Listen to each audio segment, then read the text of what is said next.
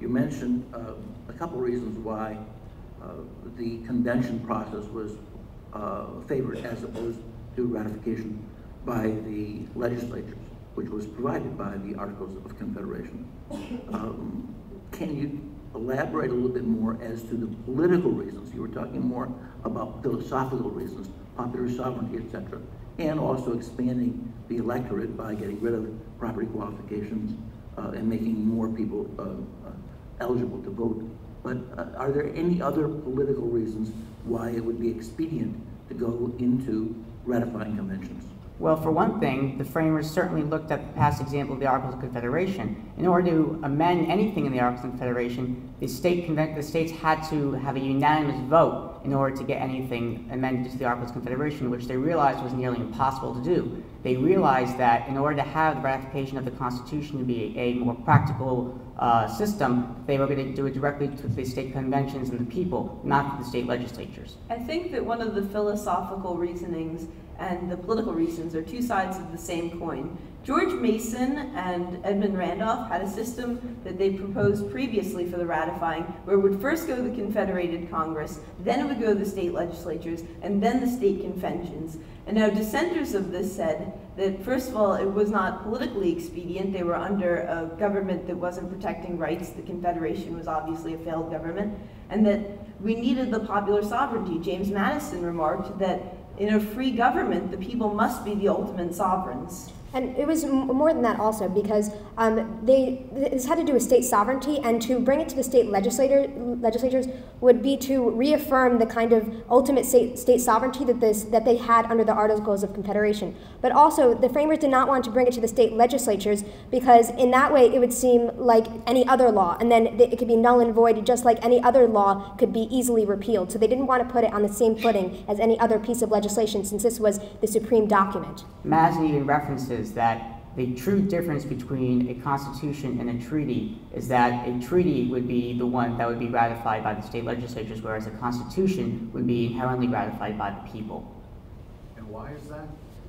Well, because the thing is, as Raina said, that in a treaty, when you have the state legislatures ratifying it, that'd be ratifying it as any other law previously, whereas if it's on the backbone and through the strength of the people, it truly is exemplary of the governing body, which is the people in our nation. And I think that it is extremely important to bring this to the people. After an aristocratic class had drafted the Constitution, you really needed the people to get involved and to feel as though they're part of the process, so that they'd feel loyal to their new union. One of the political reasons they had decided to forego having the Confederated Congress pass it, or the state legislatures for that matter, was that the political interest of keeping the same government would ensure that they would remain in their positions, in their power, and that's not something that someone would want to give up. You can even see another political reason being that if they kept it to the state legislatures, the Federalists who really wanted to have the Constitution ratified would have a much harder time trying to get their opinions out to the people if it was put in the state legislature. There'd be enough anti-federalists to mount opposition in the state legislatures as to make the ratification of the Constitution almost impossible. So if you leave it to the people, that's how we got the debates in the press, and that's how the Federalists were able to have that open debate and challenge the anti-federalists in saying, this is the government for the people, and this is the government that's going to lead our nation away from the failed government under the Articles of Confederation. So you're really saying that Madison's talking about what a great idea it would be to have it ratified by the people rather than the legislatures was really a self-serving statement. No, well, Amar talks a political imperative to do it rather than just being good government. Amar talks about it as being Professor Kirat Amar talks about it as being a merging of practicality and principle. So I don't think it's just one of them, but I think the principles of popular sovereignty. Do you think it was more practicality or principle? I mean, I think the principle was definitely important. To have the phrase "we the people" and then really not have the people consent to it, I think would have been incredibly hypocritical. But so I think that was probably paramount. But but you know, you definitely cannot ignore that there were definitely political reasons behind the ratification. I agree with Raina. I think that the main reason why the people had to get involved was because you're leaving from a government. You're leaving a government that did not represent its citizens, and I think that it was of the utmost important that the people did feel as though they were included in the new country. For one thing, when you want to even look at the Articles of Confederation, when it was drafted in 1776, the people of our nation didn't even ratify the Articles of Confederation, and the Articles of Confederation ended up governing our people until this Constitution was drafted. And the framers realized that if you want to even make a marked difference between our Constitution and the Articles of Confederation, that we are going to leave it to the people to ratify it, and we are going to have a people governing the system. Why did many writers use the pseudonyms in the ratification documents or debates? They used the pseudonyms because, in my opinion, I think that they didn't want to have that much influence over the people as to really sway their opinions. If they saw someone like James Madison or people of the aristocratic class voicing their opinions in favor of the Constitution, many of the ordinary citizens of our country would probably just look at it and say, this is just an aristocratic person voicing their opinions. How is that going to help me? By using the pseudonyms, the people were able to get differing opinions on the debate, but not biases based on classes. And there's also the practical reason when you know a person uses pseudonyms, there's an anonymity behind that, and you know they won't face direct criticism because they don't know who the writer is. There's still questions about who wrote Federal Farmer. So yeah, I think there's a practical reason behind that as well.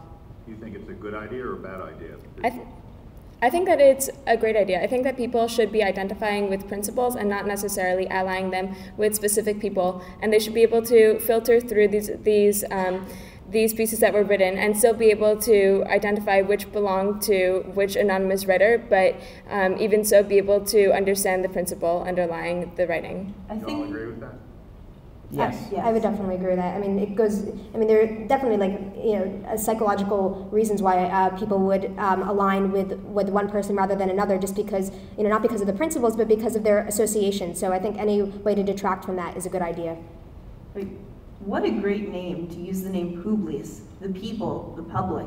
And when they're writing on behalf of the federal papers, they're saying that we're the people. We're not this aristocratic class, even though there's debate over whether or not they may be. They're the people. This is the people's government and the people's system. And they're writing it in this language and distributing it out to the people for everyone to see and read. This is what the system is. This is an explanation, a defense of the system for the people. I even wish today that when it comes to many of our political issues that we face, that more people would use pseudonyms, and I really take that position because many people in this country, as soon as they hear certain opinions from who it comes from, whether it be Bill O'Reilly from Fox News or Keith Olbermann from MSNBC, they immediately have that inclination of what that person's views are going to be. And sometimes when they know that, instead of listening to the argument, they just immediately turn off the television or shun away from the argument, not trying to hear it because of their certain political views. If we use pseudonyms today more often, then I think we'd even have a better system of government where we have the people not so biased by the expansion of the media that's taking place today.